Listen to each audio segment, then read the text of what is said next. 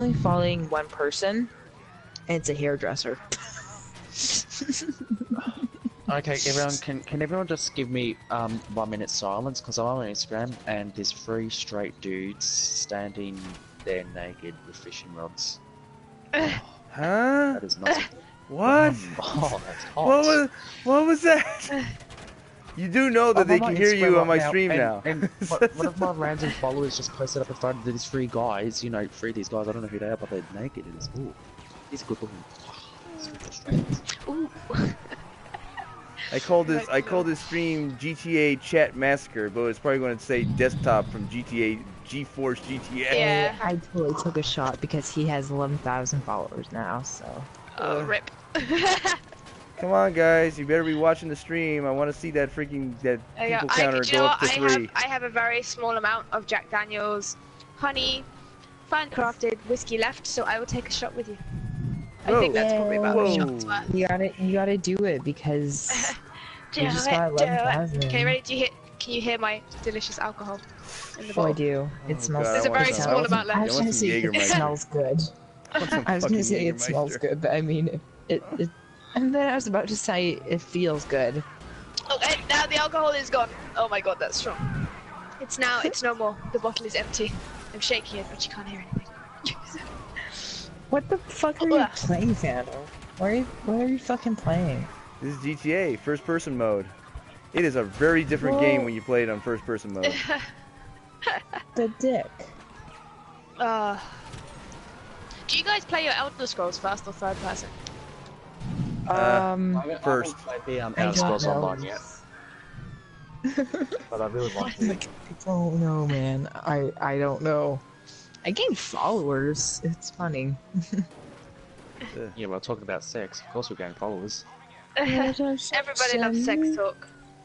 It's why you should do it on stream. It's popular. I went from like I reckon. I went from like 364 followers to 367. So a little bit. Yeah. Yes, everybody, like my Rami Malek posts. Like my Rami Malek. I reckon that type of talk is probably the best talk, like, you can talk about, honestly. What, on stream or in terms of like getting to know people and? Oh, anytime, like just in general. Well, I think it's one of those things. Some people, obviously, it makes it feels kind of like make them feel kind of awkward. But I think it's one of those conversations where even if someone's kind of like shy about it, awkward, whatever, like you kind of get to know people quite well through stuff like that. Like, I consider myself an incredibly open human being. Like, there's pretty much nothing you can ask me that I won't answer. I mean, you can ask me anything, even if it's personal. I'll be happy to answer. I love talking about, I love telling people about me and who I am. You know what I mean? Yeah. Well, it's that, and it's the fact that I just don't think that, like, I live the kind of life, I don't live with, like, oh, live to have no regrets, because I'm like, every single person is going to regret doing something at some point in their life. But don't be embarrassed and ashamed or whatever of who you are, like, at all, ever. That's kind of like my life thing. So say if someone asks me about, like, something, even if it's really personal, like, even if I don't want to tell them, like, in great detail, I'll still say yes or no, or, like, whatever, because I'm like, there's, like, what reason do I have to be ashamed of what I've done? You're my copycat. Dude, was it friggin' PS4 friggin' party and PSN is pretty much teaching me social skills. Jesus Christ. What the fuck? Oh shit, I didn't realize you had your camera on as well. I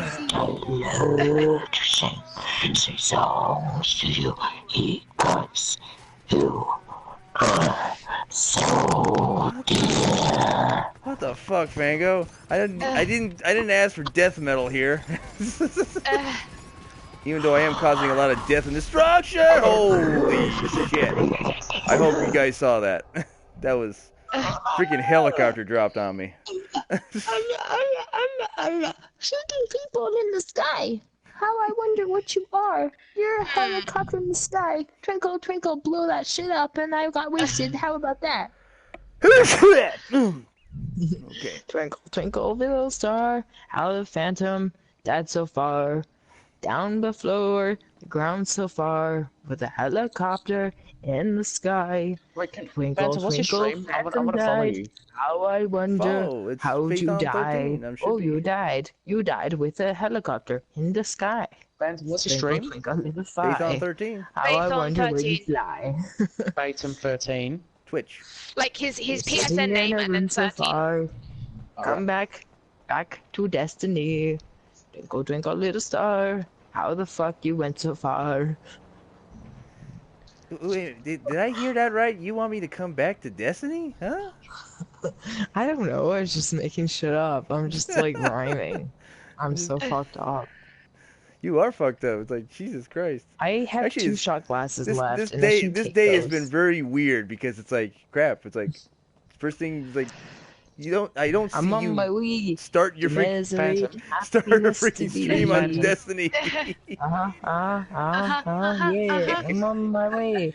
I'm on my way to Destiny to free. Yeah. Going to the gas station to get snackies. I'm on my way to get some prostitutes on the way. I'm on the way. I'm on my way. Oh, Phantom. Oh my god, somebody's like, is that you? Oh, it's you, Liam. I punched the guy down for free. There Yeah, I'm getting change. Getting change of kicking ass for free. Yeah, that's right. You found him. I'm getting a bike. I'm getting a guy to beat me up. Cause I deserve it. Oh, ouch, ouch, ouch. I punch it for free. Right, Phantom, I've got a question for you. Kicking some balls, kicking some balls, kicking vaginas. What is your first real name? Vagina, hey. You ain't getting it from me. A car. I am Faithon. When I'm on the air, I'm Faithon, and that's it. That's what they call me. That's what they call me. Can you text it to me? That guy No, something don't for feel free like now. it. I want the snackies. I want the snackies right now. If it makes you feel better, my Facebook page is Faithon as well. Faithon. Well, I'm not going to say it because But I just want to know what your real name is. Your real first name. Don't want to. Like, is it Michael or Jack or? It's whatever you want. What do I look like? You look like Mileto. What? He looks like Chris. Wow, you totally ran over that guy. Didn't even give a fuck about that person on the road with a bike. Hey, when you're playing Trevor, you just don't give a fuck, all right? You think Trevor gives a fuck? Trevor is like fucking. He's like. It's like Trevor is the little guy. Is the little guy in your head? Is like going, okay, that's it. I just want to fucking burn the fucking world, and I don't care. So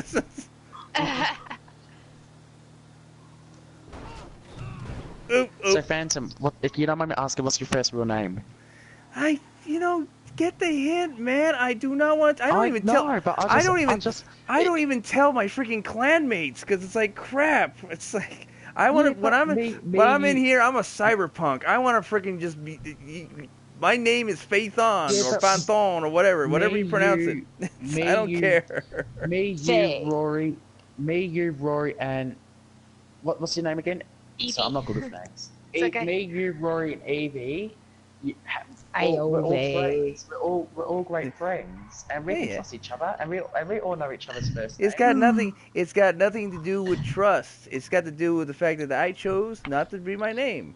You respect that. You gotta respect that. I will respect that. That's fair. It's like I call you Cicero. I don't feel like calling you by your real name. It just doesn't feel right. I mean, we're in the virtual world. It should be, this is our personality. This is our fantasy. This is not our fantasy land. True.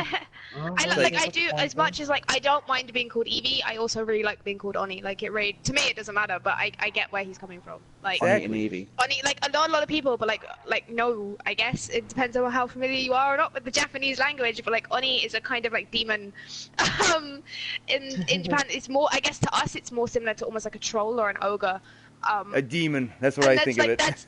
A demon. Yeah, and that's what I go by. And I go by that for reasons, you know what I mean? It's not just a random thing I kind of made up. So, I get where he's coming from, completely. He wants to be Faithon, we don't need to know what his name is, it's fine. Oh, well, you do have a point. point then. Maybe later. Maybe further down the road when we're all playing Destiny. Oh, maybe one day. But does Rory and Evie know your first name? I don't know. Hey, Fango, you know my first name? See, she doesn't even know. Is she even awake? Come on, don't fucking fall asleep on me now. Yep, okay, see, she's still awake. She's fucking with us. I was fucking with you guys too. It's like having like some random dream. I'm like laying down on my freaking computer chair, and I'm just like have my controller down. And I'm like no earphones because after a while my earphones just start pressing against my head, and I'm like hearing makeup, foundation. What? Okay, Are I got it. Using a Razer headset. I was watching porn for a while. I think I heard porn. You probably heard it. Wow, the balls! I could never do that. Like I guess I watch a lot of porn, but for something for me, it's like no one must. I don't know. I don't feel like watching porn. Even though again, I will totally tell you that it's something I do occasionally. It's still like no one must know. I was like, was it my grandfather? He's Spanish, right? Well, he's Venezuelan, okay, and he likes los lesbianas, and you wouldn't believe how awkward it is. Have your grandfather, who doesn't speak any English, by the way, he speaks only Spanish, okay? Me, I understand, I don't, hablando mucho, I don't speak very much, but yo aprender, I understand, and the most weirdest freaking thing, having my grandpa asking me, okay, show me the Pornhub, I want los lesbianas, quiero los lesbianas, okay, I'm like, okay, and it's like... I've always been slightly envious, like, even if you can't speak a lot of it, I've always been kind of envious of people that were brought up to speak a second language. Like, I'd love to be able to speak another language. I can do, like, I did 5 years of French, and I never wanted to learn French, but the way it's done in English school... You must know Japanese. English school, I do know. I was going to say, I know a very small amount of Japanese, like, when I say conversational level, like a basic small child conversational level of, like, I'm lost, I'm hungry, do you know what I mean? Like, nothing, I couldn't talk about someone with their likes and dislikes, but I can say stuff like that. Simple stuff. Like, let me think of an example, like, Sprechen Sie Deutsch? ごめんなさい。迷子になっちゃった。手伝ってください。Like, I'm sorry, I'm lost. Can you help me? Like, nothing. But no, the English schools are like fucking. They're the worst schools in the entire world. Like, I will sit here and stand by that for the longest time because the way it's set up is so like. It feels like no one's actually sat there and planned out how it works because I had to do 3 years of French. Like we had 9 classes in our year of students and they gave 3 French, 3 German and 3 Spanish, like completely random. No one got a choice in the matter. You're in this class, you're doing French. And then you get to like fit between the ages of 14 and 16 where we do like our exams where we could leave the equivalent of high school if you wanted. And they go, okay, well now you can do French, Spanish or German, but no one wants to switch because why would you want to be in a class of people that have done it for 3 years and then have to like catch yourself up? So, and you don't have to do a language at that point if you don't want to, but I was so stuck on like what to do because I had no idea what I wanted to do in life. I just ended up taking French and I hated it so much. Like, it was hell. Like, I can't explain it, but being in those classrooms, it was not fun. That's kind of funny, considering the fact, au revoir, freaking, the French is the language of love and all that stuff. I'm like, holy crap. Do you know what? I'm one of the only people in the entire world that thinks that French is the least romantic language. Like, when you can actually, like... I gotta ask you this. I gotta ask. Are you a girl who fantasizes about going to Paris? No, I've been to Paris, and let me tell you 2 things. That no one expects of Paris, because Paris is this beautifully romanticized city, right? It's so beautiful. You have the Eiffel Tower, and the river, and the lights. Oh my god. Parisian people are the rudest people you will ever meet in your entire life. No one has time to help you. No one has time to stop and talk. And the entire metro, which is their version of the tube or the subway, smells like piss the entire time. Like, I genuinely think it's such a French thing. Like, I've been to France probably like 9 or 10 times in my entire life, like a lot of times. It's such a French thing for some reason to get drunk and stumble down the first alleyway or into the first metro station that's just and like pee everywhere. That's just beauty. That's like beauty coming out of my ears right now. It's like, oh my god, because it's like, you know, I don't think the French is an attractive language. You know, that's the thing is that the French, or Paris in particular, as you said, it's a romanticized freaking. Let me get in this 747 here. It's a freaking romanticized. I gotta freaking go third person. Anyway, so romanticized. It's like, oh, Paris. Oh my god, so great. Yeah. It stinks. It freaking stinks. It's like we've been there. Oh god. Yeah. You know, it's actually the same goes with New York and all that stuff. It's like, you know. Yeah, I will say this: if you ever go to a country, and I think this is true for almost every single country in the world, and you really want to like absorb their culture and like kind of see what it's like from the other side, never go to the capital city of that country. Oh I know New York is not the capital of America, but what I am saying is like New York, like Paris, London, you're going to come across people. We live in a city, like our whole lives are busy and revolve around transport and all this kind of stuff. We don't have time to stop and help. Like a lot of the time, like I try, like I'm the kind of nice person that will, you know, if someone stops me, especially if they're very robot. Okay. But especially if someone is like definitely foreign sounding, like I will try and help them. Let me tell you, okay. English people are rude, and we just don't kind of have the time of day. Like, go to any other city in the country if you really want to kind of feel what it's like to absorb yourself for the English culture. Because in London, you'll just find rude people. Here's the thing. Okay, I tell everybody. Okay, and here's the point. Here's the part. I don't know. Well, fuck it. Okay.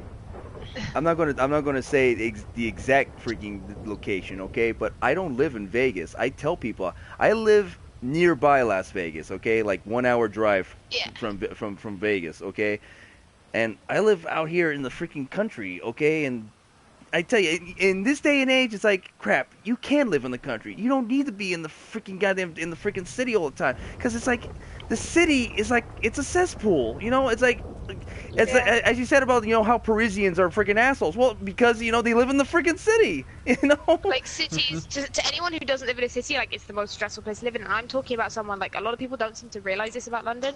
Yep. There's London, and then there's Greater London. And basically, all of it counts as London, and I live on the border of the two. Yep. And everything counted from London to Greater London is suburbs. So I basically live on the borderline of suburbs. Like, I'm not quite there, but... So... compared to everyone else in the city, my life's quite chilled. Yep. But it's still very, very, like, I wish I could, like, turn my webcam on and kind of, like, show you the view out my window. It's gorgeous. I have a bunch of trees, like, people's houses backing onto mine, but, like, all these gorgeous trees and greenery. I live between, like, 3 gigantic parks. Like... Well, that's nice. There's a lot more to London than just, like, the gigantic city buildings, but... I still have that, like, you go outside your house. Like, I worked for 2 years, not 2 years, sorry, like 6 months, I don't know where that came from, in a charity shop, which I guess thrift store, that kind of thing, except we only sold books. And the amount of people that will come in there, I'm volunteering, like, I'm not getting paid to be here at all.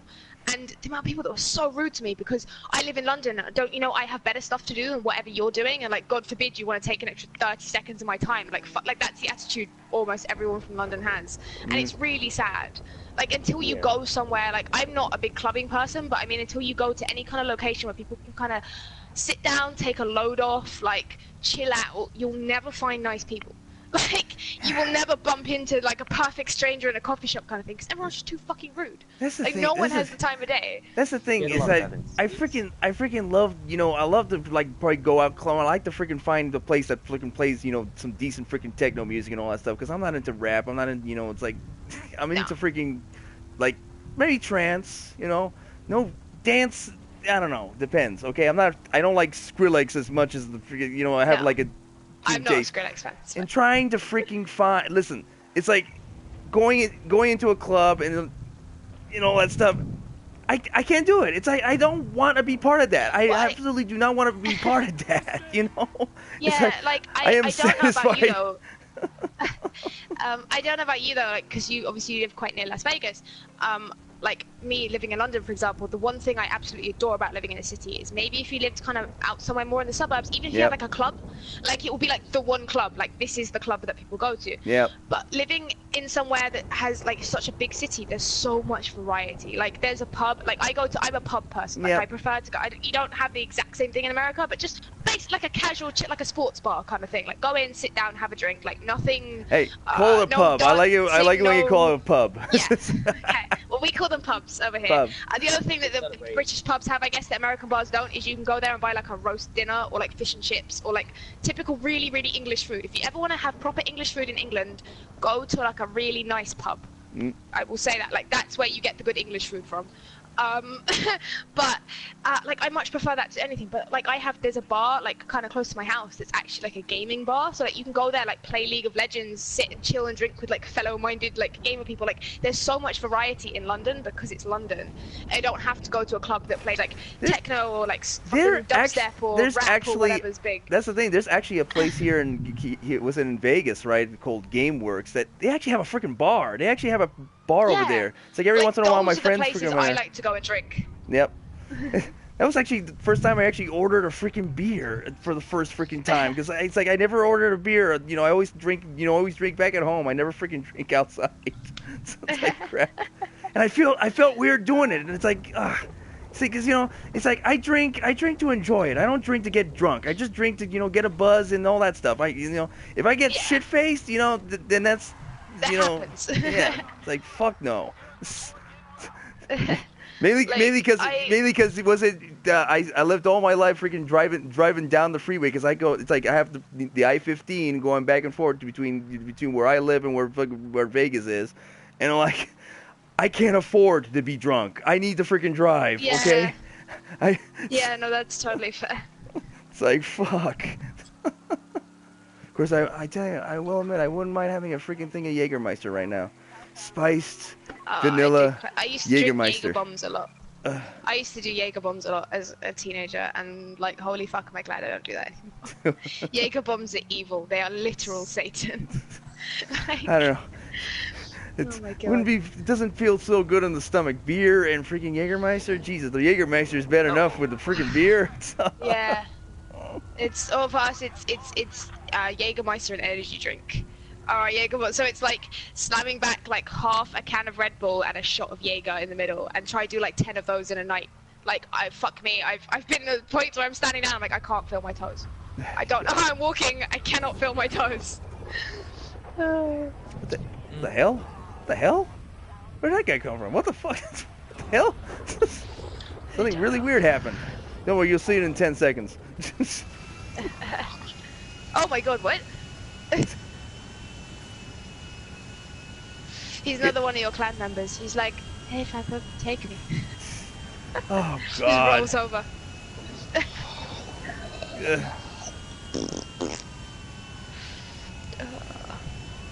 Okay, was that you, Fango?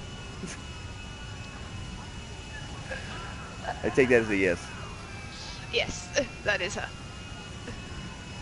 This is the problem. You cannot fly the freaking 747. The cops keep you from flying the 747. You can't fly it online. Come on, damn it. Let me go. I want to fly this fucking thing. God damn it.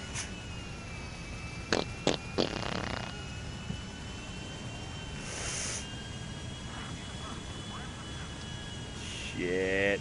Oh boy. Bum bum bum bum bum bum bum bum bum bum bum bum bum bum bum bum. Snoozing a little bit. She's still here. Are you still here, Rory? Noises. Oh no, those I were have me. a really strong feeling she's fucking. Oh. What? Yeah, she might be gone then. Or maybe she's fucking with us. We don't know. No, I don't see no. She's still in the party. Still in the party. Yeah. I didn't see no. Well, she's playing Destiny. She's been playing Destiny since we were all playing Destiny.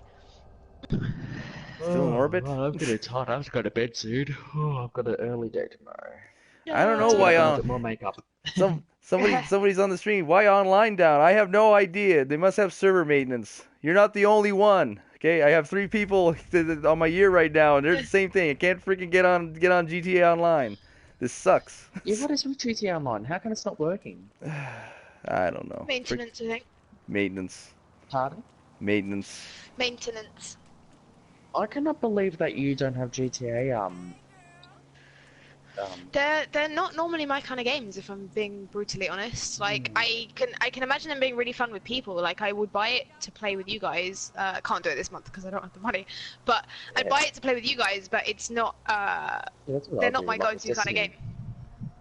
The thing about it is like this game is the perfect fuck around game. It's like, you know, you get online, you don't care about the freaking levels or anything. Like, just get to the level to the point where you can make a little bit of money and then just fuck around. Yeah. And you have friends, that you have people to know, and people that have, you know, enough money to have a car and an apartment. That's it. You're good to go. Sort of like real life. Yeah.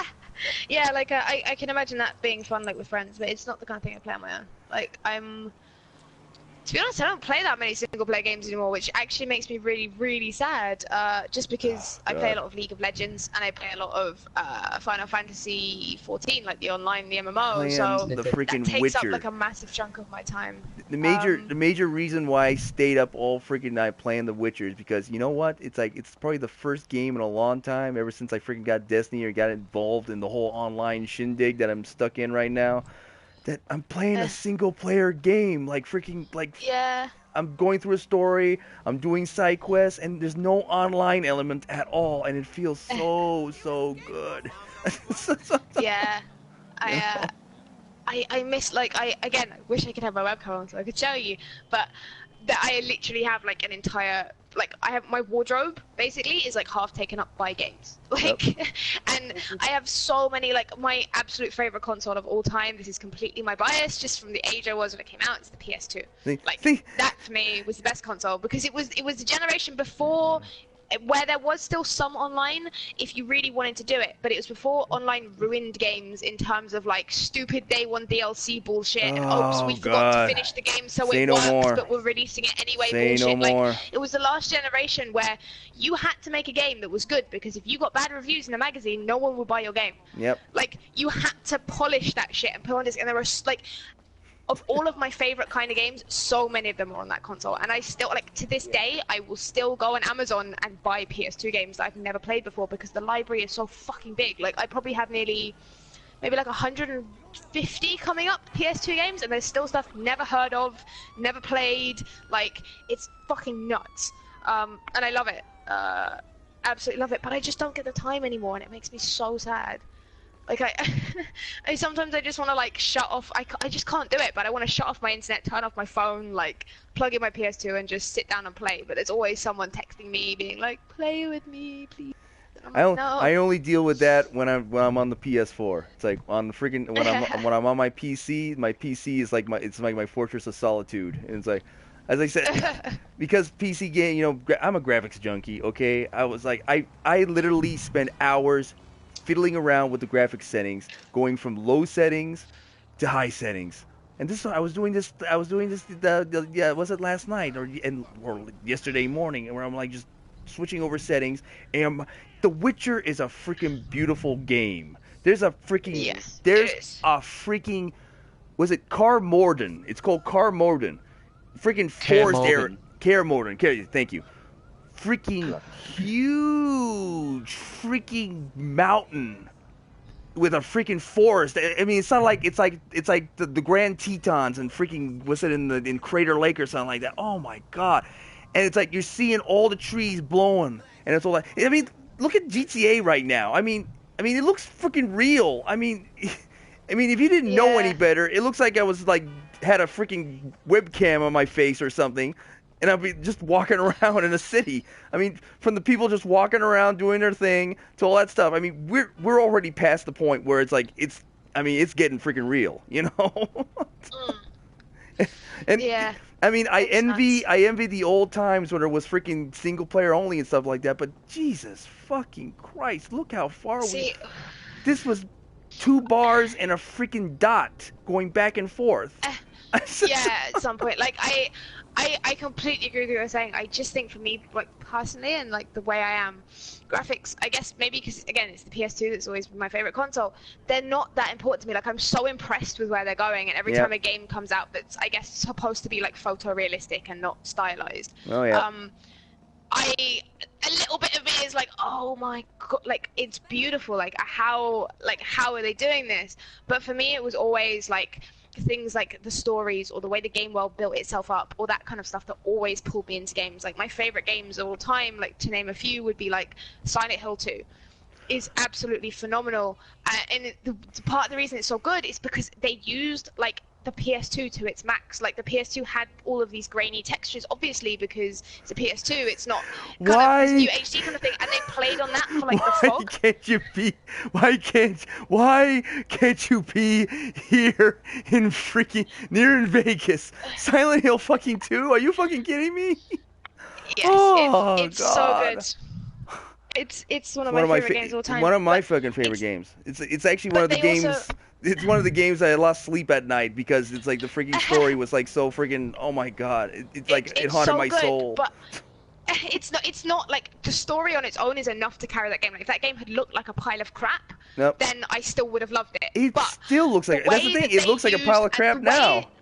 But I don't agree. Like there are bits of it obviously that are like, yeah, that's a PS2 game. But you look at like, for example, the way they did the fog was based on this PS2 thing where the textures always came out kind of grainy anyway. Oh yeah. And in the HD collection, the fog, like Silent Hill 2 looks worse because yes, the textures are way better because they updated them, but the fog doesn't work. It's not grainy. You can see through it completely. It's ruined because they were smart and they were like, okay, well the PS2 blurs things, so what if we put like a load of fog everywhere and did it like this and actually used that kind of fault that the PS2 has to like an advantage. Like whereas a lot of games, like other ones on the PS2 that I love, there's a game called Okami. It's very very stylized, like Japanese kind of game, all based on like real well not real but folklore, and like all kind of mishmashed into each other. It's very stylized. It looks like one of those like watercolor paintings like brought to life. It's amazing. Yep. When I was a kid, like Jak and Daxter were some of my favorite games. Like I loved the Jak and Daxter games. Fucking, you guys call it Fatal Frame. That's another horror series I loved on the PS2. For us, it's Project Zero. Yep. The little girl with the camera, I love them. I'm looking at my wardrobe now, like all of these things. Oh my god, so good. Just such a great system. That's the nostalgia, freaking biting you in the ass. Oh my god. Yeah, like holy crap. Okay, I'm in a. Oh, hello there, ladies. Okay, yeah. There's a news van in the middle. Okay, never mind. Hi, first what? It's like GTA is a totally different freaking game when you're playing in first person. It's like yeah, I can tell it's weird. Like it's weird to see it like that because I've only ever seen the third person ones. It gives you, I feel like it gives you a lot more reason to like explore into first person. It's like I can't wait till VR is a thing because. Subject of the Witcher, I've seen some Witcher mods, and they were mods that were like, I don't know. I was kind of disappointed in the Witcher mods because like some of the PC modders, you know, put on a Witcher mod, and it was like it's a texture of the sky or the background and everything. But it looks perfect the way it is. I don't understand why you really need texture mods with The Witcher 3. I really don't. It's like it's the same thing with Skyrim sometimes, you know. I can understand with certain things like Skyrim had like really low res textures and such, so I can understand that. But Witcher, Jesus, the sky is like, I mean, the texture they used for the sky, and this is coming from the PC version, it is really high res. I mean, it's like there's really no point to have any more higher res because it's just going to make the game run like crap anyway, you know?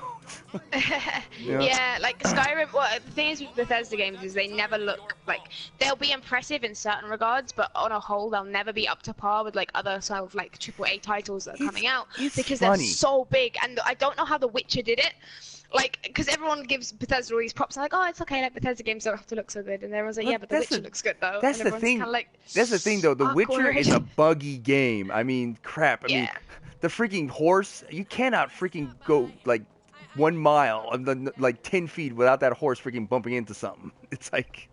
I'm so glad you said that, because I have people that like hate on Bethesda because every time Bethesda games come out, there's like to an extent like there's bugs everywhere and they're broken and they're like, oh, The Witcher did it. And like you realize The Witcher is also really fucking buggy.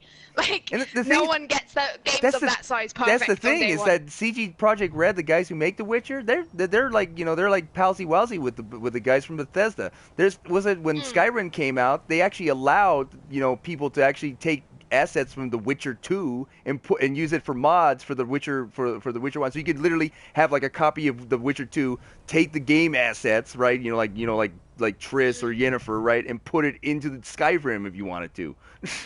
That's cool. So there's also another company called Lionhead Studios. They're the creators of Fable. God. If you've played that game, it's a disappointment, I've played man. Fable 2. Yeah, I played Fable all the way up to Fable 3, and Fable 3 is the one that pretty much killed the Fable series for me. 2 or 3? Which was the one that came out like sort of a couple of years into the Xbox 360's lifestyle? It was Fable 2. Fable 2. That's the one I played. That was the best one. It was okay. It was. The Fable 2, Fable 2 has my heart. I mean, I know that game at the back of my very own hand. I remember I played it for up to 6 months straight. I didn't move to any other game, just stuck with that. I love that game so much. I know at the back of my very I own wish hand. I'd got into it more, I do. Oh. Yeah. If you need... I'm not sure. What put me off... sorry, carry on. No, go on. I was just gonna say what put me off Fable is I remember... From what I remember playing, I didn't play very far. I maybe like 10 hours into the game. And I was doing a lot of like the crafting stuff or some kind of thing which you could repeatedly like spam the A button basically, and like it would level up some kind of like sub skill that was quite useful. I think it was like crafting. And then like I was looking around and I accidentally, like I hadn't saved for a while, my fault, but like I accidentally like stole something and I couldn't go anywhere where everyone wasn't trying to kill me, and I'm like, I didn't mean to. Like I hate games where there's no like, I like Skyrim because especially on PC it has a quick save, and then I can just load my quick save from like 2 seconds ago and be like, oh, okay, I won't do that then. Like, but it basically somehow like corrupted my entire, not corrupted, but my whole save file. I couldn't go, like, unless I wanted to go way back, I couldn't go back to a time before I'd stolen this thing. Yeah. And it really annoyed me. I was like, oh, for fuck's sake. It's kind of, was it Fable? Yeah, it had the promise of being like the ultimate the ultimate role-playing game where role-playing adventure game where you can create your own character and do your own thing, and it's like, it was so limited. It was so freaking limited. And when it's like stuff like when Skyrim comes, even The Witcher, it's like The Witcher, it's like it's so beyond what I mean, that was what Peter Molyneux, the guy who created Fable, right? He was dreaming of something like The Witcher, where you have a hero, right, and you're freaking doing quests and stuff, and doing your own thing. And it's like other developers did it so much fucking better. And Fable, it's like Fable 3 was the one that killed me, because it was like the whole problem. Yeah. He was going to the point where it's like, well, you're going to be king of this country, and then when you're king, when you finally become king, you can't do nothing. It was like so split down the middle between good and evil and all that stuff, right? And to the point where it was like stupid as hell, And it was like that was it. It was like that was it. I took the game, traded in, and was like, that's it for Fable. It's like 3 killed it for me. Like. Yeah, like with Fable, like, I mean, like I said, I know at the very back of my head, like, Fable 3, they kind of let Fable 3 go. Like, I remember when Fable 2 was out, everyone went mad over it.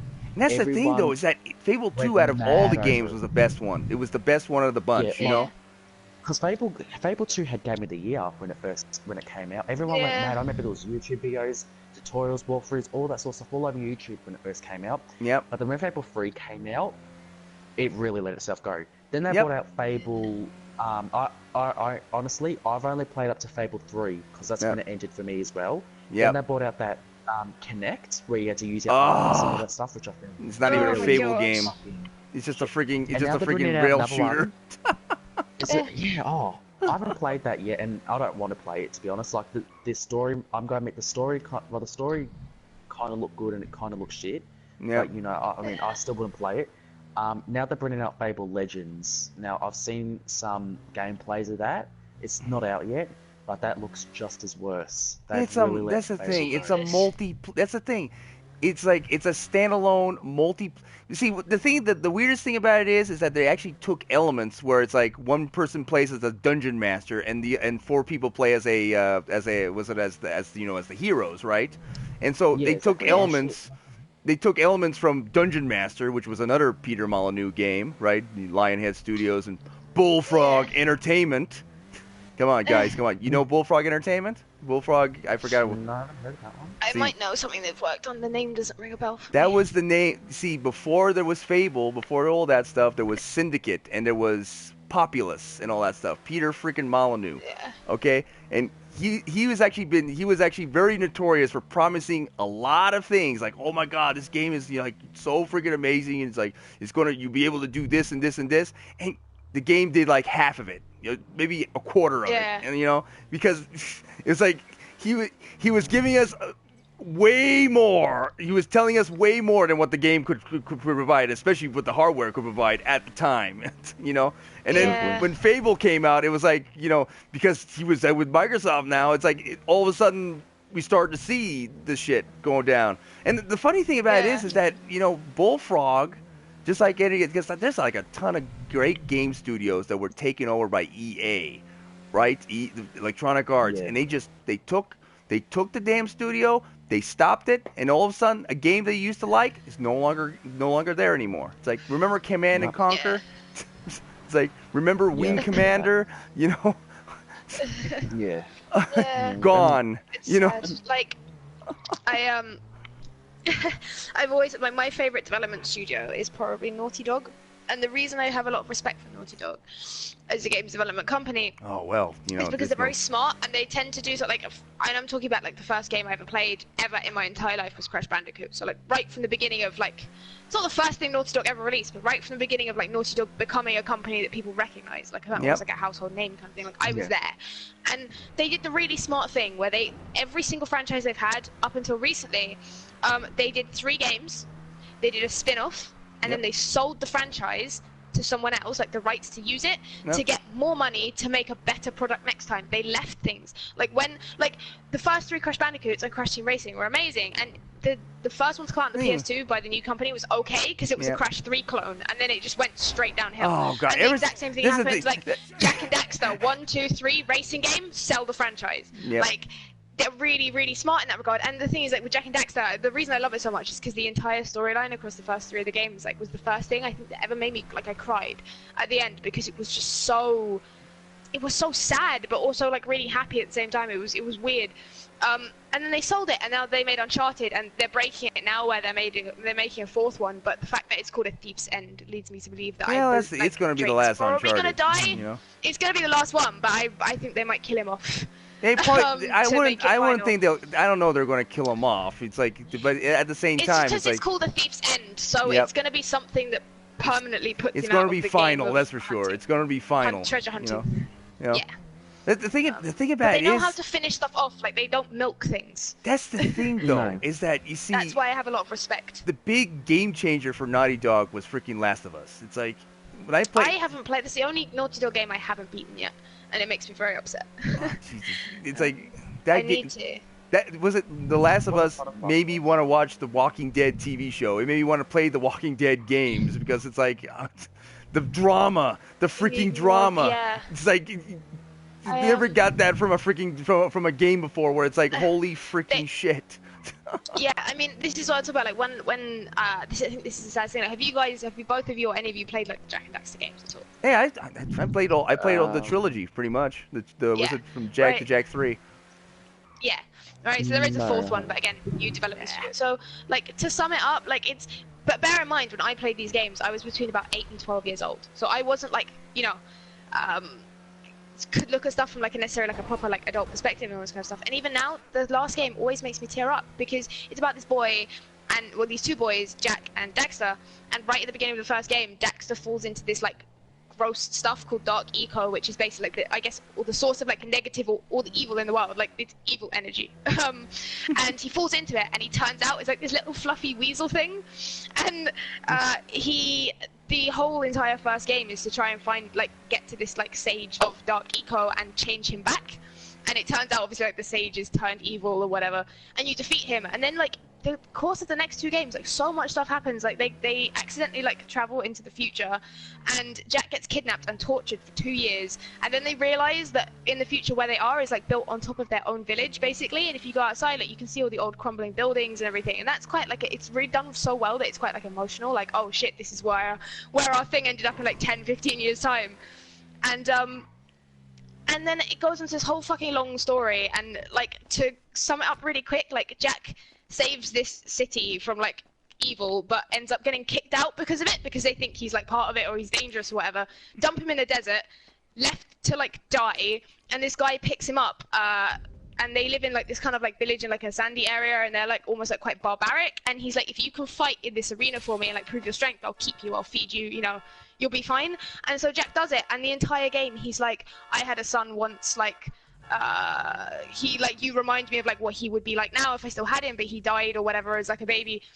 And it turns out right at the end of the game, like this guy who's took you in the entire time gets killed, and then the bad guy's like, oh, by the way, Jack, that was your dad, lol. And it was like the way it built up, like it was the most emotional thing in the entire world. And then finally, like you meet these old gods you've been searching for the entire trilogy of the games. I remember this. they turn to Dexter, and they go, we will grant you whatever wish you want. And so he's been stuck in this like weasel form for like 5 years of his life now, and he's like, I really want a good pair of pants. Like he could be turned back into a human, he can have literally everything he wants. He's like, I really want a good pair of pants. I remember that, like that's the funny bit, the ending that everyone remembers. Crazy freaking thing about it. That's the thing is that, you know, you only probably see like freaking like real Dexter, like real human Dexter, like once. Right? For about 2 minutes at the beginning of the first game, yeah. And you're like going, you know, it's like, well, he's that's it. That's Dexter. He's not going to be turned into a human. To turn him back into a human now is like, it's pointless. He's an Oxel. And then when you find at the very end that the Oxels were actually the prophets, they were not the old gods. Yeah, the old gods. They were the ones that created all the technology. It's like, well, shit. You might as well just stay as you're one of the Asians, man. I think my favorite thing about that as well is like for the second 2 games, like there's this woman called Tess that Dexter has the most massive crush on. She's like blonde, huge boobs, army girl, like all sassy. And then right at the end when he gets his pants, she's like, I want a pair of pants like that as well. And he just changes her into a little Otso with the pants, like careful what you wish for kind of thing. And then they're all happy. And I was like, oh, God. That's so cute. But like the whole like dad shit, like going through that as like a little kid, like it was just so upsetting because I was expecting like it's a kid's game, like it must have a happy ending, not like, oh, the dad that you've never had in your life that you've been searching for the entire time was right there and I shot him before you even knew. Like that's horrible. That shit got me. That's the thing though. The craziest thing, and then we're going fast forward to freaking the Nathan Drake series, the freaking Uncharted series. They literally freaking like, I mean, you want Indiana Jones? Well, guess what? Okay, fuck the movie. Yeah. Don't bother with the movies. Just play freaking the Uncharted. Any of the Uncharted games. There it is. There's your Indiana Jones right there. Freaking Nathan Drake is Indiana Jones. All right, and it's probably better. Freaking better. It's better. It is, in my opinion. Yeah. Like as much as I love Indiana Jones, their classic films. Yeah, exactly. Like, I prefer the Uncharted story. And a video game. It's outdone by a video game. You know. It's like crap. Like, I have so much respect for them. It's just their story writing is amazing. The worlds they create are amazing. That's the thing the thing that scares me is that, you know, going back to the online stuff, is like that's the shit that freaking scares the freaking living shit out of me. Is that, you know, with the companies with DLC and all that stuff, and it's like, you know, then something like The Witcher comes out or Uncharted, you know. So that's right, you know, the whole reason why I'm at Sony right now, and the whole reason why my Xbox One, which is right on a shelf right here, I could take the camera out and show you right there, it's gathering dust, is because Sony picks stuff for the art of it. I mean, you know, a lot of, you know, Destiny has become, you know, is a real, you know, I mean, out of all the freaking games, you know, it's like Destiny is the devil when it comes to that shit. But slowly, you know, they listen to their fans and all that stuff, like, you know, all that stuff. Yeah. So it's practically become, you know, its own, you know, good MMO, and it's probably going to get better, you know. But it's like, that's the thing. It seems like all the really good artistic stuff comes from Sony. You know, Sony. Like my sorry. That's no. I agree. But go on. Say it. I was gonna say, like, for me, the way I've always viewed like the three main gaming companies, right? You have Microsoft, which is like your bog standard, like, oh, do you like shooters? Do you like racing games? Like, yeah, we got them. Like, our system's always kind of like okay, like it's good. You ignore the 4 years where the Xbox 360 red ringed all the time. Our systems are good, okay? Like, they're fine, right? Nintendo is fun. Like, the first word that comes into my head when someone says Nintendo is fun. Like, colorful, bright, pixel, like, cutesy, like, fun. And then Sony is sexy. Like, Sony is like the polish sexy. And the finesse and, like, pretty much. It's like Sony brings, like, just the beautiful games and like well, that's the thing is that it's like Microsoft is like the muscle car, you know, and freaking what's it Sony is like the Ferrari, you know. It's like Nintendo's like a Volkswagen Beetle, just like chugging along in the background, like fuck you, people buy me because I'm cute. No, Volkswagen, no, a Volkswagen Jetta. That's what. It's like, guess what? Everybody has one, you know.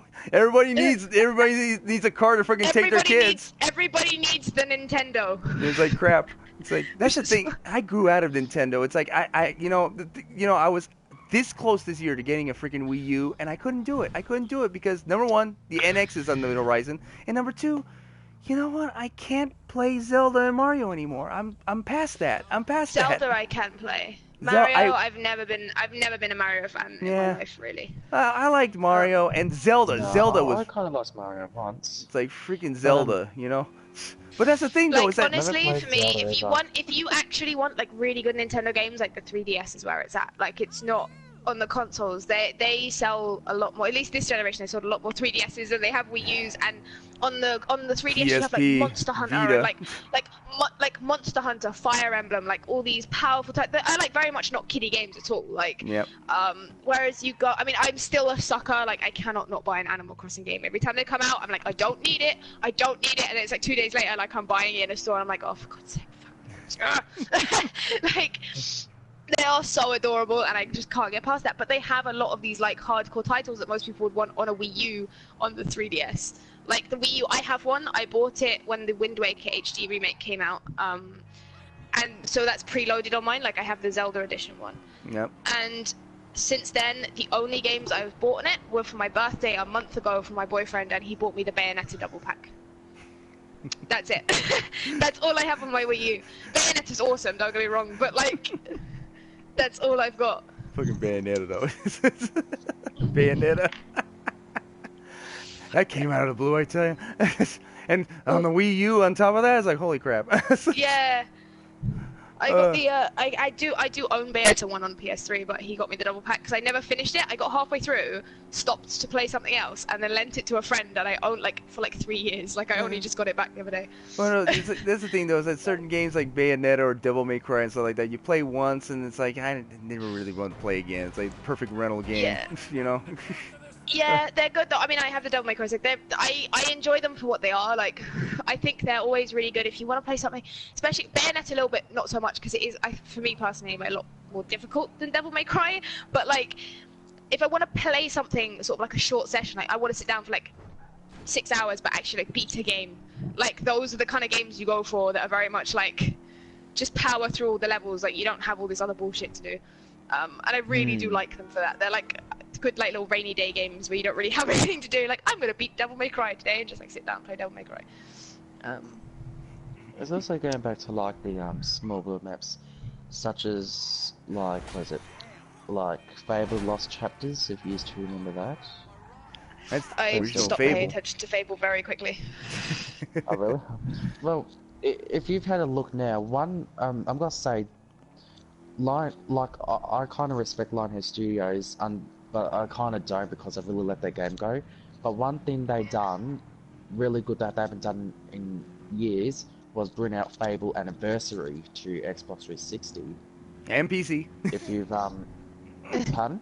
PC, they brought it out on PC too. Oh, on PC. Oh yeah, that's right, they did.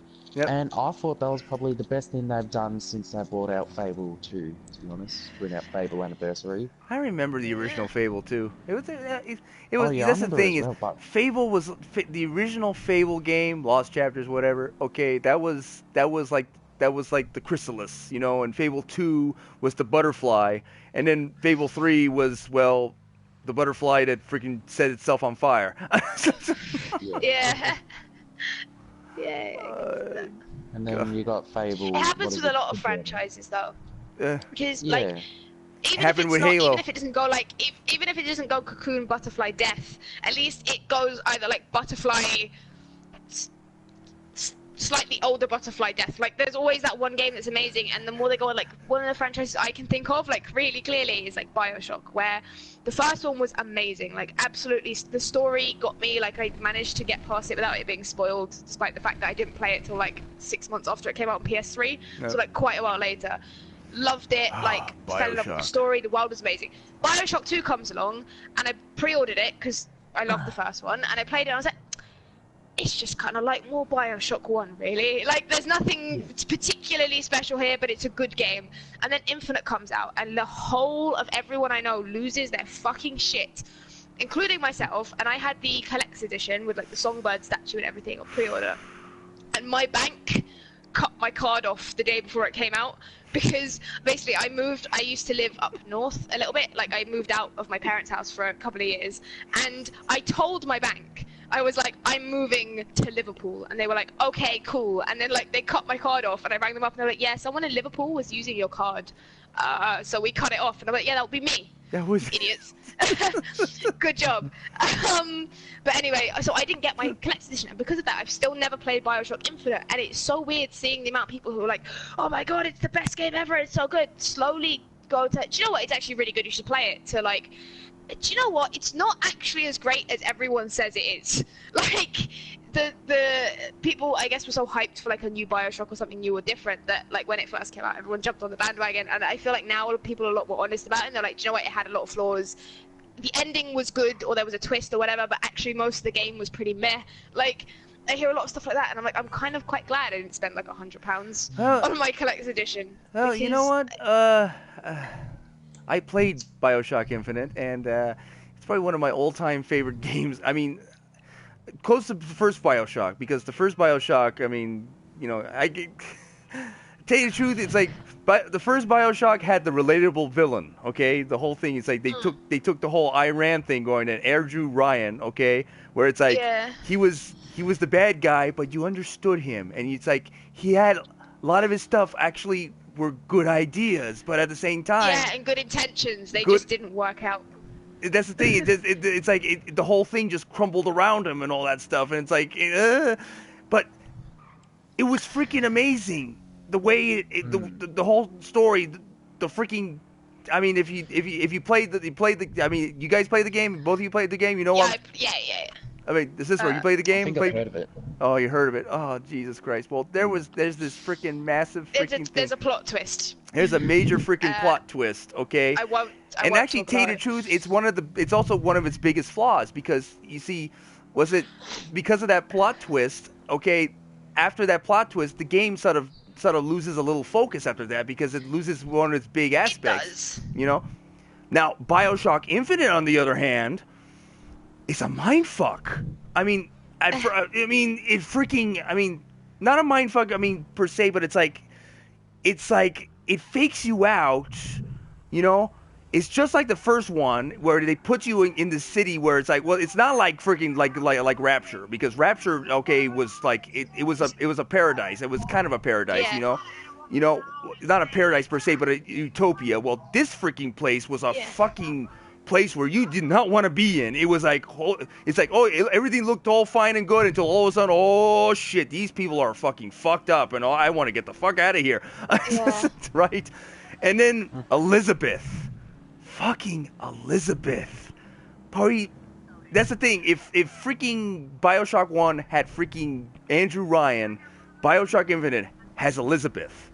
Elizabeth, probably one of the most best, I mean, the most well thought out, well acted, well freaking written female video game character of all freaking time.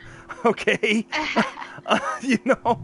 And it's like, you care for her, you do all this shit, you're doing all this freaking shit for her, and she's not the damsel in distress, she's helping you out, she's doing the shit, she's actually helping you, she's finding money, she's freaking helping you get, you know, summon walls and shit like that. And it's like, and then when the ending comes around, which I can't spoil, but it's like, it freaking blows your freaking mind. And then they did it again with the freaking DLC, and it's like, all I can say is, play Bioshock. Play Bioshock. I will give it a try. I missed it at Christmas. I've been waiting for it to go on sale. The only fucking problem with it is that maybe a little too much combat to the point where it's like it sort of misses with the story a little bit.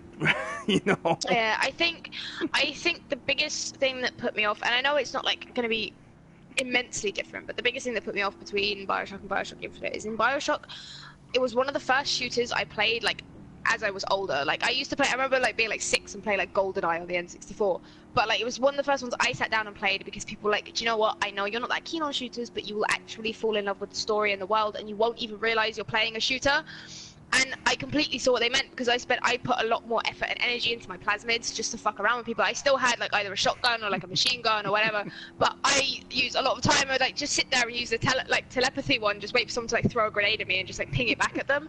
Like it was really, really fun. Throwing bees. Don't forget the bees. The bees were hilarious. Like of all the things, it's like fire, ice, telepathy, bees. Bees. What? I can summon bees. But for me, like Infinite, I know like they don't have, there's like tonics or something in there, but it just, when I first saw the first gameplay trailers, it looked like it was going to be that kind of very similar combat in a different setting, and apparently they changed quite a lot of it, which makes me less keen.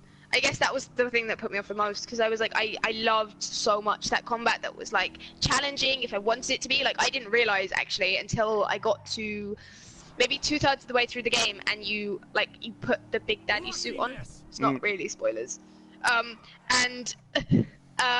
Basically I didn't realize I had the game on hard mode, and I just kept dying over and over again. I was like, what the fuck? Why can't I get past this bit? And I was like, oh, let me put that down to easy. And then I just like blitzed to the rest of the game because I was like, fuck it, I want to know the story. But like, I was able to get through like 2/3 of the game on hard, where normally like with shooters the normal difficulty is a bit much for me if they're throwing too many guys in my direction. So that I was quite proud of that, because it was just so fun. Like with the plasmids and stuff, I didn't get mad when I died, or I didn't like, I don't know. It was just such a fun experience to go through that world. Hey, now you start. That's funny. Talking about the freaking hard mode. Talking about the hard mode. Okay, I got to tell you about the first time I freaking, decided to take a chance on Dark Souls. Okay. Okay, here's the thing. The Dark Souls, I think you can thank the fellow reviewers at Kotaku.com or something, making an article about, Dark Souls this, Dark Souls that. Dark Souls is a hard game. What company made Dark Souls? What studio? From Software. Namco, yeah, from is it From Software? From and then Software. Namco Bandai publish it. Yeah, they're the same guys who do the Armored Core series, the giant robot Armored Core series. You ever heard of those? I know this. I've heard of it. Yeah. No, I haven't. That's the thing, is that Dark Souls put them on the map, because Armored Core is like, other than being popular in Japan, it didn't really get popular over here, which kind of sucks because I like giant robots. But getting back to the point, freaking Dark Souls. Okay, so all these reviewers are talking about how Dark Souls, it's a freaking hard game. It's a hard game, and it's like, it brings back freaking old school challenge and all that stuff. And it's like, it's a hard like game. Old school challenge. Well, that's the thing though. It's like, there is a little bit of old school challenge. I mean, I used to play Mega Man back on the Nintendo, on the original Nintendo. I remember going through like single playthroughs where I lose a life or two, but manage to gain a life, and then getting so close to killing Dr. Rally and all that stuff. And Dark Souls is very similar to that, where it's like you keep on dying, but you keep on going. It's one of those games where no matter how many times you fucking die, you keep going, you don't give up. It's like, yeah. And here's the thing. It's like, okay, I took a chance on it. I rented it from the Red Box. I had I was thinking, okay, I'm going to try it. I'm probably going to be too fucking hard. I'm probably going to fucking hate the fuck out of it. All of a sudden, I started getting into it. I started freaking learning how to level up.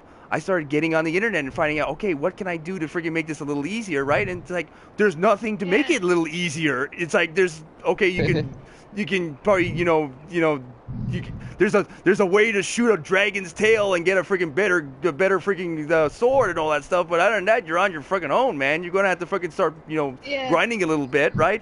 And it's like, it's amazing. And then you realize that the game mechanics is actually part of the world, of the freaking story, and that the story is actually told about on the freaking, on the item stuff. And it's so it's like Silent Hill 2.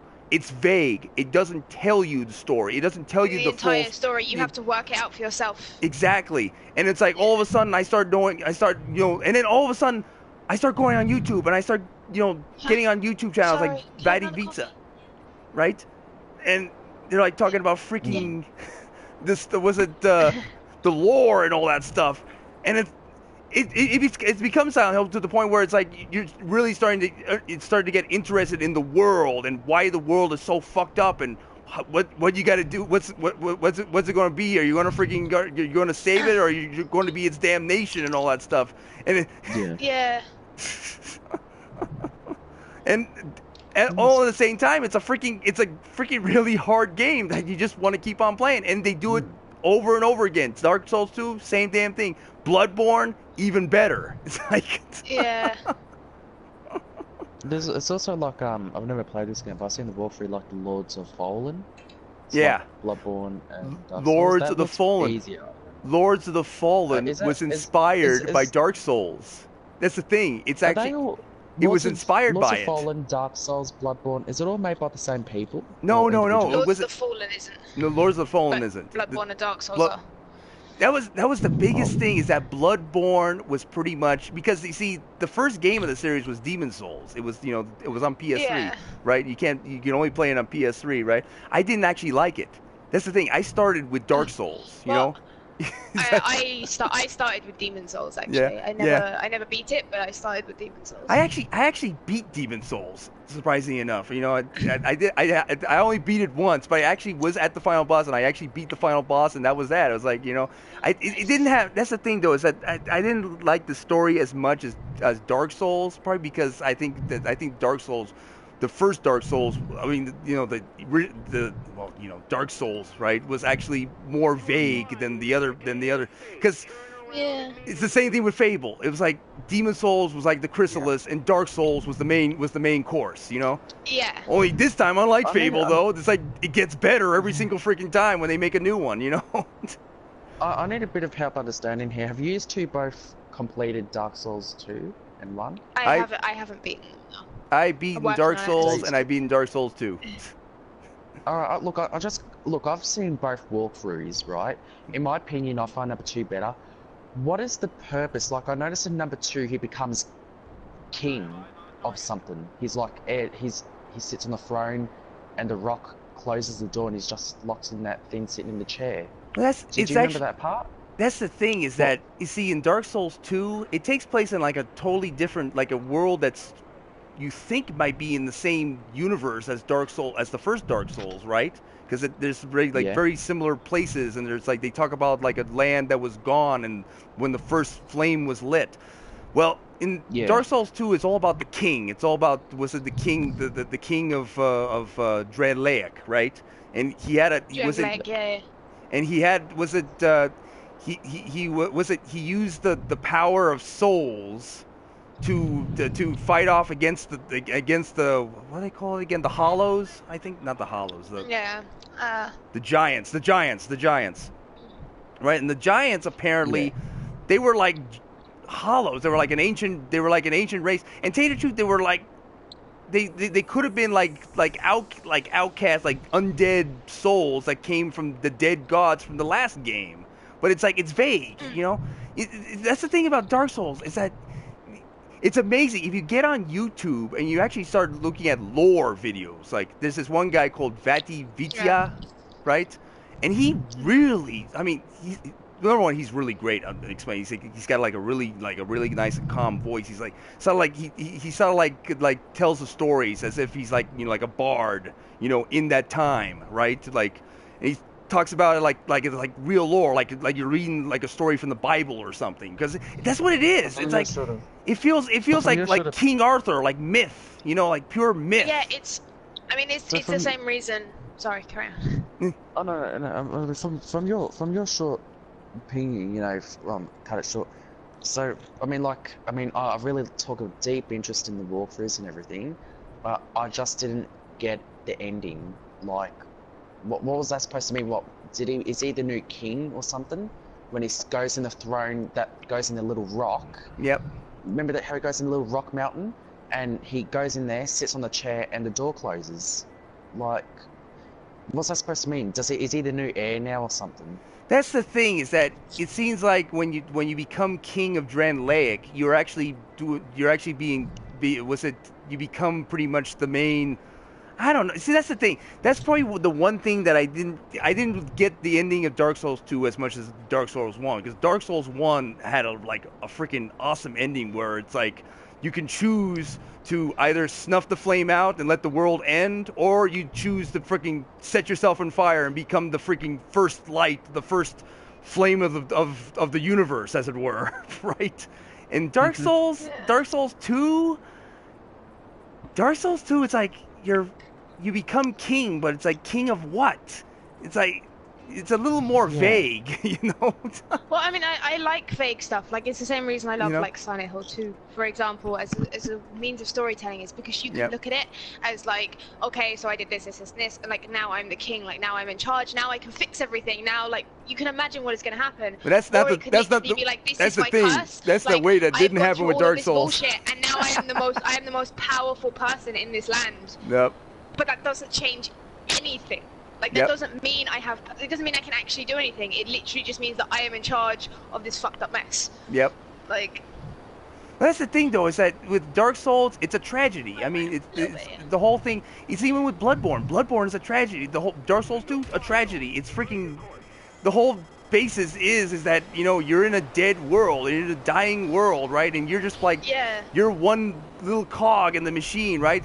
That could make a difference, but probably not. You don't know for sure. It's like, as I said, it's vague. It's more almost about those stories of working out like what's happening and what's happened than like telling a story of like, this is your character becoming the hero. It's more just trying to figure out what the fuck is going on, because you're supposed to be like as confused as technically your character is. Like, you're supposed to go into a world and you be like in the beginning of Bloodborne, like you get like basically knocked out and you wake up in this clinic, like no one's there around you. You don't know, like, assuming this is your character as well, like you don't know why you're there, where you're there. You woke up here.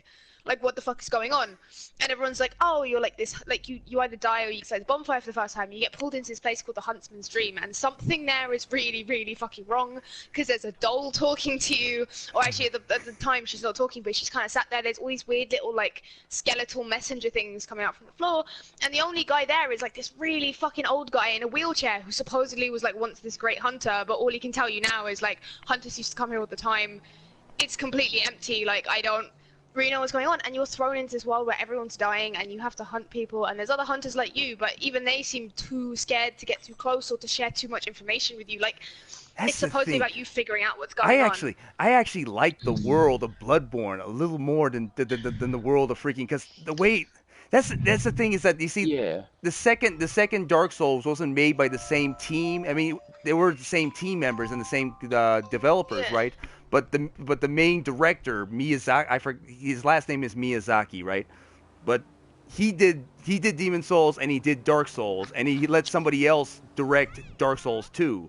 And it kind of shows, because Dark Souls 2, even though it has a good story, it's not as refined. And then the same guy who did the last two games, not just Dark Souls 2, did Bloodborne, and you can tell that it was him, because it has the same kind of ominous, like, holy shit, something really bad has happened in here. I want to know more. It's like, and I'm willing to go through freaking hell and hell back to find out, And the thing about it is, it's a breath of fresh air. I mean, these games are a breath of fresh air, because this is Japanese games. These are games that are they're taking elements. They're taking like free elements of from Skyrim. It's an open world. You can actually explore. It's not linear. It's not a hallway. You know, you can choose to, try to do the harder thing. You can choose to be a badass and freaking, like no lies or anything like that. Or you can choose to be careful and, slowly grind your way through it, right?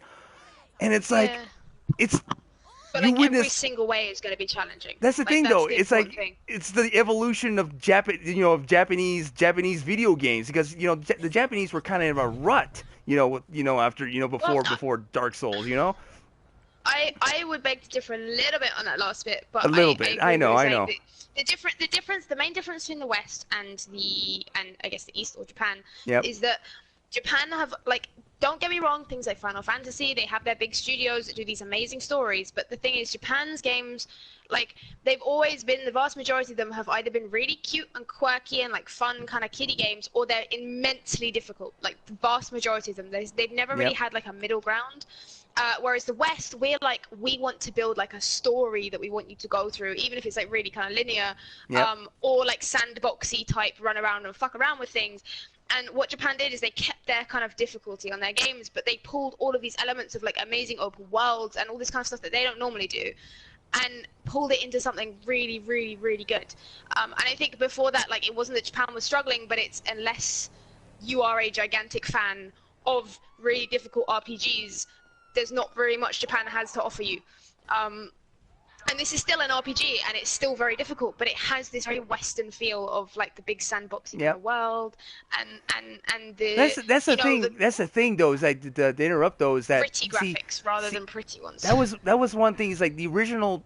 I played Zelda: A Link to the Past, right, on the Super Nintendo, and that was probably one of the first open world games, right? That you actually get the, it's not just going through one dungeon. That's you're in a hallway. You can actually explore. And then there's Final Fantasy, same thing. The original Final Fantasy game, you could do the same thing, right? Let you open up, and then Final Fantasy. Was hard.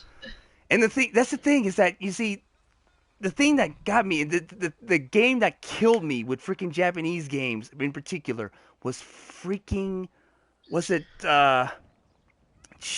freaking Final Fantasy 13. It was a freaking sandbox. It was a freaking hallway. Final Fantasy hallway. A Final Fantasy hallway. There was no open way, and then like 20 hours in the game. There was when you get 20 hours in. Yeah, 20 hours in, exactly.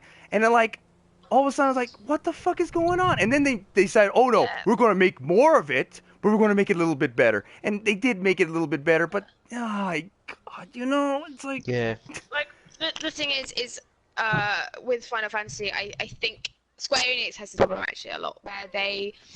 But that's the thing, though, is that Square Enix. They care too much about making it accessible to everyone over making a game that's really good. So the more people that play Final Fantasy, the easier they become. With the exception of Final Fantasy 14, that's a very, very fun MMO, but that's not, a play-at-home single-player RPG. Well, that's the thing, though, is that Final Fantasy 14 was a failure when it first came out. It was a failure. I'm talking about A Realm Reborn. Yeah, I know. That's what I'm talking. That's the thing, though, is that you see. Something major happened in Square where they realized that, holy shit, we're not.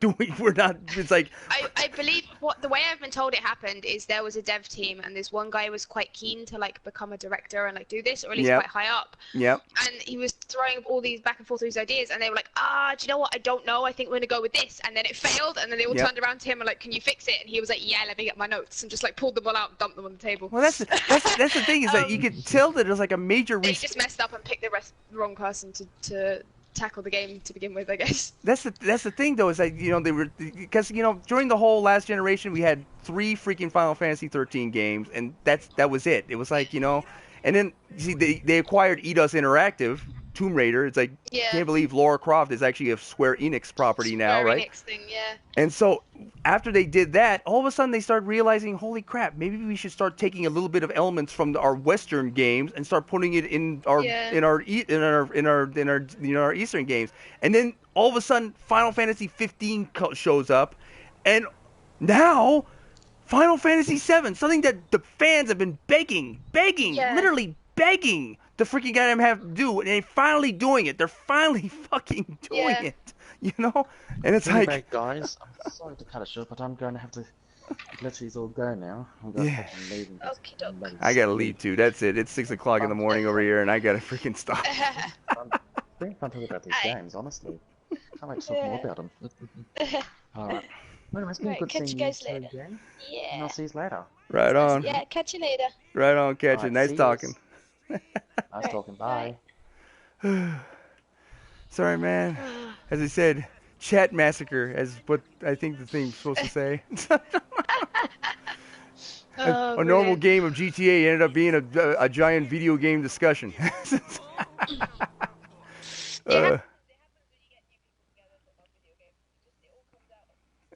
God. Awesome stuff.